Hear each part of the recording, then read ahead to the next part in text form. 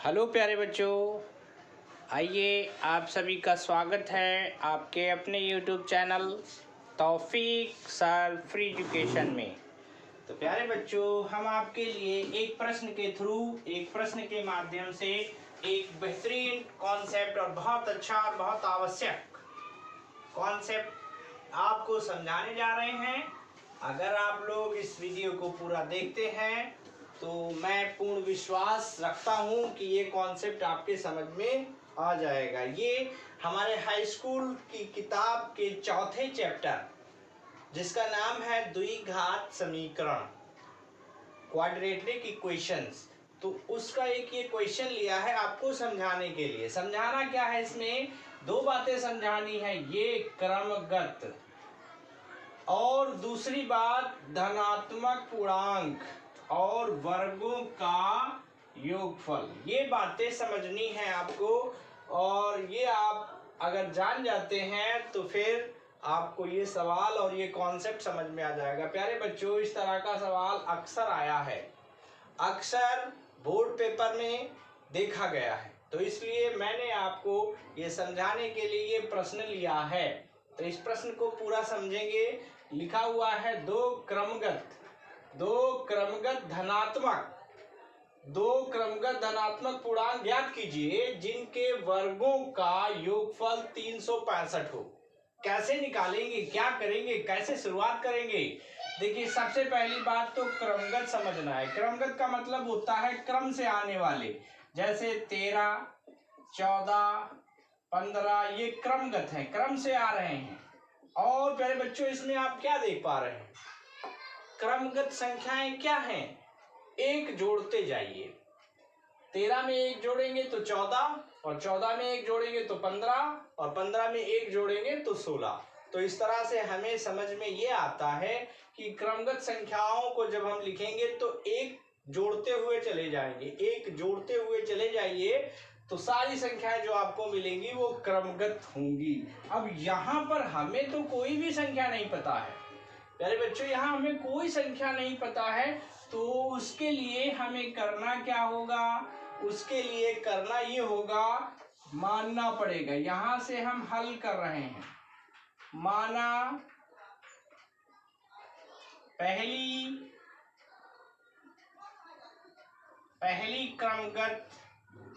क्रमगत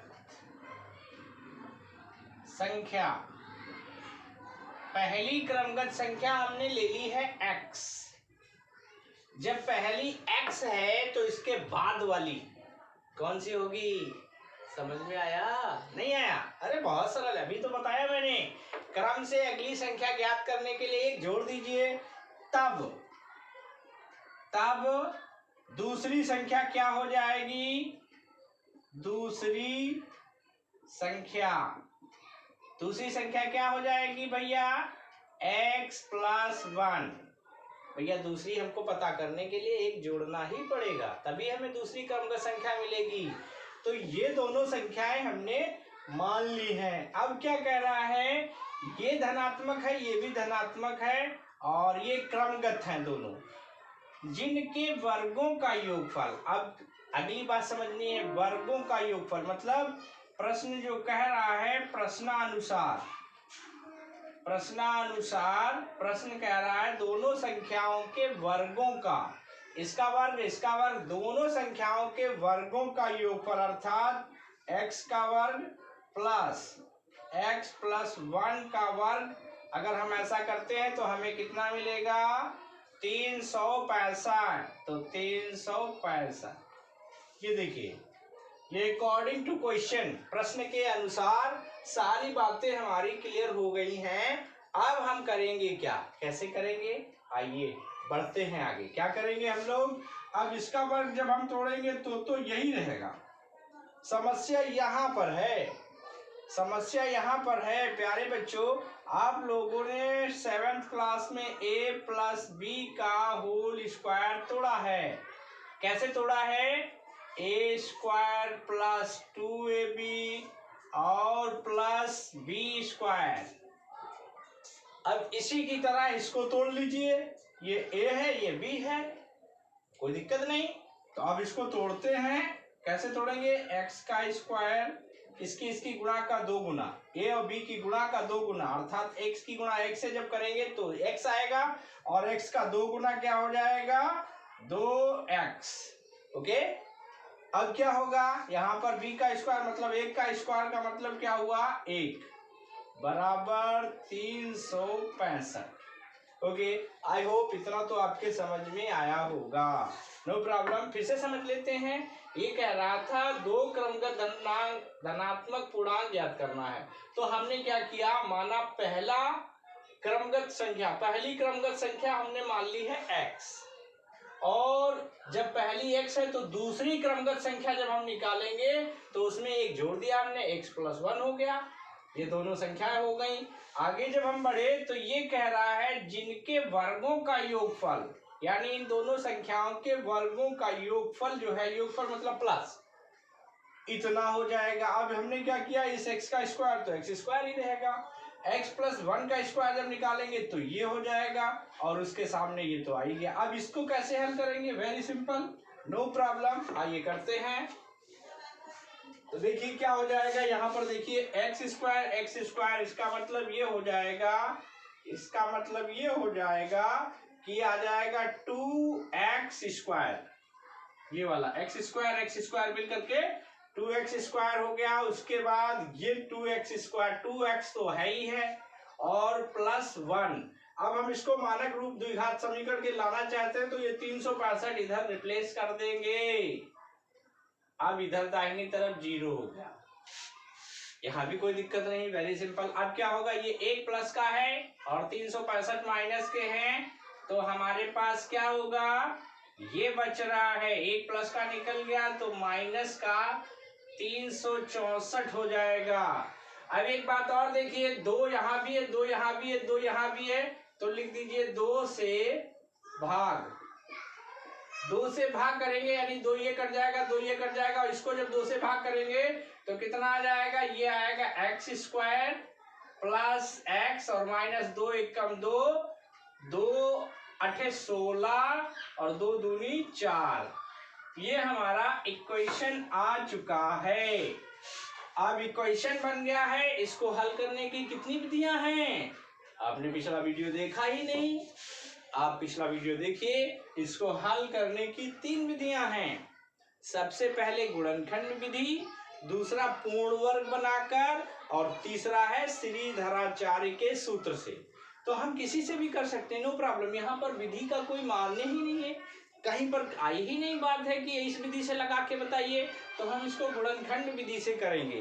तो गुणनखंड कैसे करेंगे भाई? 182 ऐसी संख्याएं लानी है कि जोड़ने पर यहाँ कितना आ जाए? जोड़ने पर 1 आ जाए, और उन्हीं दोनों संख्याओं का गुणा करेंगे तो कितना आ जाए? 182। तो 182 का ही गुणनखंड कर लेते हैं, हमको पता चल जाएगा। देखिए 2 ने 18, 2 1 कम 2, अब 91। अब 91 कितने से कटेगा? 3 से कटेगा नहीं, कटेगा नहीं, कटेगा 4 से नहीं, कटेगा 5 से नहीं, कटेगा ये 7 से कटेगा। 7 1 कम 7 और 7 तियाएं 21। अब भैया 13 तो अभाज्य संख्या है, 13 तो 13 से ही कटेगी। अब ये हमारे गुणनखंड बता रहे हैं, 7 दूनी 14, 14 प्लस का हो जाएगा और 13 माइनस का हो जाएगा। 14 प्लस का, 13 माइनस का, 14 प्लस का और माइनस का 13, अगर हम इनको जोड़ेंगे तो प्लस का 1 मिलेगा, और इनकी गुणा करेंगे तो माइनस का 182 आ जाएगा। ओके, तो चलिए आपको गुणनखंड करके बता दिया हमने है। अब सवाल को पूरा करते हैं। सवाल पूरा करेंगे। सवाल कैसे पूरा होगा? अब देखिए क्या हो जाएगा, ये x स्क्वायर प्लस का 14x और माइनस का 13x माइनस 182 0। अब यहां से कॉमन निकालिए, क्या निकल रहा है? x निकल रहा है, तो बचा क्या? x प्लस 14, यहाँ माइनस का 13, x प्लस 14 बराबर 0। ये दोनों सेम हो गए, तो x प्लस 14 और ये दोनों अंदर लाएंगे तो x माइनस 13 बराबर 0। अब इतना तो आपने समझ ही लिया, लेकिन अभी सवाल पूरा नहीं हुआ है, इसको हल और आगे करना पड़ेगा। तो अब हम क्या करेंगे, इसको इरेज कर देते हैं। आप पास करके उतार लीजिएगा। ये ऐसे को चला है, पहले ये सॉल्व हुआ है, फिर वहां से सॉल्व हुआ है। अब हम इसको मिटा के इसको सॉल्व करने जा रहे हैं। तो चलिए इसको मिटा देते हैं।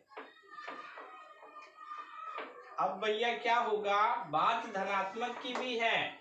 अगर हम इसका हल चाहेंगे तो x + 14 के सामने 0 लगाएंगे, क्योंकि द्विघात समीकरण में मूल ज्ञात करने के लिए दाहिना पक्ष 0 रखना ही रखना है, और यहाँ 0 है भी। इसका मतलब है इसके सामने भी 0 है और इसके सामने भी 0 है। तो इसे जब रिप्लेस करेंगे तो ये प्लस की बजाय माइनस का हो जाएगा, अर्थात इसे हम नहीं ले सकते। बात धनात्मक की हो रही है ना, तो ये तो ऋणात्मक हो गया, तो ये अग्राहित हो जाएगा, अग्राहित हो जाएगा, अर्थात नहीं लिया जाएगा, ये लिया ही नहीं जाएगा।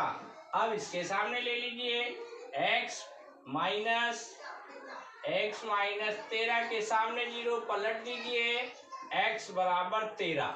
यहाँ पर हमने जो सवाल शुरू किया था तो पहली संख्या हमने 13 मानी थी, सॉरी x मानी थी, और x का मान 13 आ गया, अर्थात पहली संख्या ये आ गई। पहली संख्या आपके पास आ गई, पहली संख्या 13 है, इसलिए दूसरी संख्या कौन सी हो जाएगी, जल्दी जल्दी बताओ। नहीं पता? अरे 13 के बाद 14 आती है, बस ये आपके सवाल हल हो गया है।